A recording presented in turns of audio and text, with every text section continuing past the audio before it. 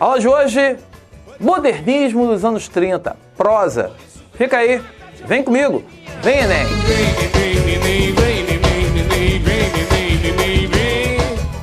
Galera, aula de hoje eu estou falando sobre modernismo anos 30, poesia. Veja bem, alguns livros tratam como a segunda geração do modernismo. É um momento importante, porque muitos dos valores, muitas das ideias que serão sedimentadas na literatura brasileira do século XX começam a ser mais amadurecidas, serão mais trabalhadas, aprofundadas nesse período. É muito importante a gente entender o seguinte: por que anos 30? Por que essa geração? Veja bem, é uma geração que eu tenho que estudar olhando para o conceito histórico, para o contexto histórico. No contexto histórico, eu tenho aqui os efeitos da crise de 29. Muitas empresas fechadas, bancos falindo, queda de produção, desemprego, miséria.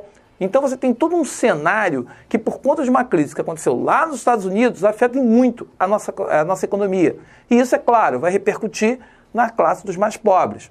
E os nossos artistas vão acabar olhando para essas classes mais pobres e vão trazer essa realidade de sofrimento, de angústia, de valores, de problemas para dentro do nosso imaginário coletivo. Agora, é importante que a gente entenda que o golpe de Vargas, a tomada de poder nos anos 30, o golpe de 30, ele vai estabelecer novos parâmetros para a política brasileira. Tanto é que qualquer prova de história diz: temos que estudar a política antes de Vargas e pós-Vargas. E até mesmo estudar Vargas, porque ele trouxe várias mudanças, enfrentou vários conflitos, vários problemas, um governo marcado por intensas contradições, e ele vai ser muito importante para a gente tentar entender a política brasileira do século XX. E nós temos aqui a questão com o crescimento do nazifascismo, com as crises que não se resolvem, a Segunda Guerra Mundial, que foi um episódio, assim, até hoje, estudado, visto muito no cinema hollywoodiano, muitos trabalhos sendo lançados, muita gente de hoje, no século XXI, dizendo que nós aprendemos muito pouco com esse momento aqui, porque nós estaríamos reproduzindo os valores, reproduzindo as ideias que essa galera que vivenciou e que a galera de hoje, por ignorância, por alienação ou por até mesmo preguiça, de não querer ler e ouvir o passado para poder tirar as lições para hoje, tudo isso estaria inserido aqui nesse quadro, nesse panorama da Segunda Guerra. Agora, como que isso repercutiu na prosa? Eu tenho que dividir em 3 blocos essa prosa. Eu tenho que dividir porque nós tivemos uma prosa regionalista que vai se ater às questões, principalmente do Nordeste, em que você tem a seca, você tem a miséria proveniente dessa seca, você tem aí a questão dos coronéis e a sua visão latifundiária e a sua visão de exploração dessas pessoas, apesar de todas as questões sociais. Então serão obras que vão denunciar e vão dar voz aos excluídos, aos marginalizados, e vão aprofundar o debate que havia começado até de certa forma lá atrás do pré-modernismo.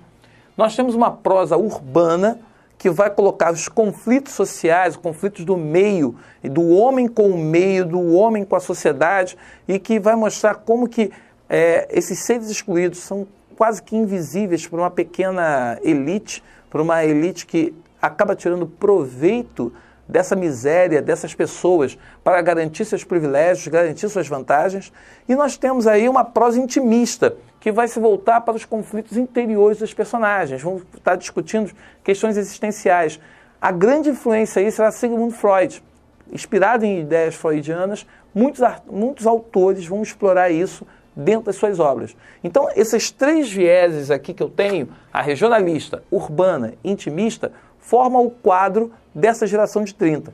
Agora, é muito importante que a gente lembre do Zé Américo de Almeida, que lançou um livro chamado A Bagaceira, que para muitos é o primeiro romance que nos anos 30 vai procurar dar voz à questão dos trabalhadores, à exploração do trabalhador, à exploração do homem no Nordeste. Ele não é muito lembrado nos livros de literatura, mas nós podemos daqui relacionar 5 autores que são autores de Enem. Que autores são esses? O primeiro que eu listei aqui é a Raquel de Queiroz, que com o romance O 15 trouxe assim, se apresentou para a literatura brasileira, inaugurou um olhar assim feminino, um olhar feminino comprometido com questões sociais, lançando luz sobre grandes questões que atingem o morador do Nordeste. Ela mostra que a seca ela é uma, mas quem tem privilégios vai ter a seca diferente daqueles que não têm privilégios. Então o 15 é uma obra que vale a pena você ler, até para você abrir o seu olhar, enxergar questões interessantes, até mesmo o papel da Conceição, a mulher que ela tem uma postura diferente da mulher nordestina. Vale a pena. Graciliano Ramos e Vidas Secas. Vidas Secas, que é um romance, assim, um dos maiores romances da história da literatura brasileira, porque coloca na visão do Fabiano um homem que é migrante, junto com sua família, e a cachorra-baleia, que é um ícone da literatura. Ele vai justamente traduzir as inquietações, os conflitos que passam por esse homem que acaba fugindo da sua terra em busca de uma vida melhor, mas só que ele não sabe para onde vai, onde está essa vida melhor, e que vai sofrendo todo tipo de opressão, todo tipo de amargura causado sobre essas pessoas sem perspectivas.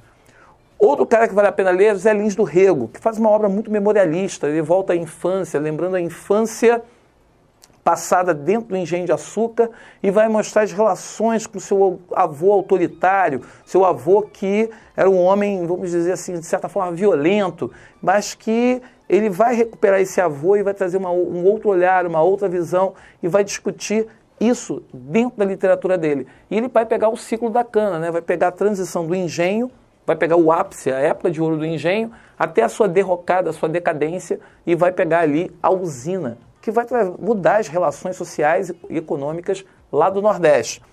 Outro cara que vale a pena você dar uma olhada, assim, uma atenção, é Jorge Amado. Jorge Amado, que já foi o maior vendedor de livros do Brasil. Jorge Amado colocou a Bahia, né?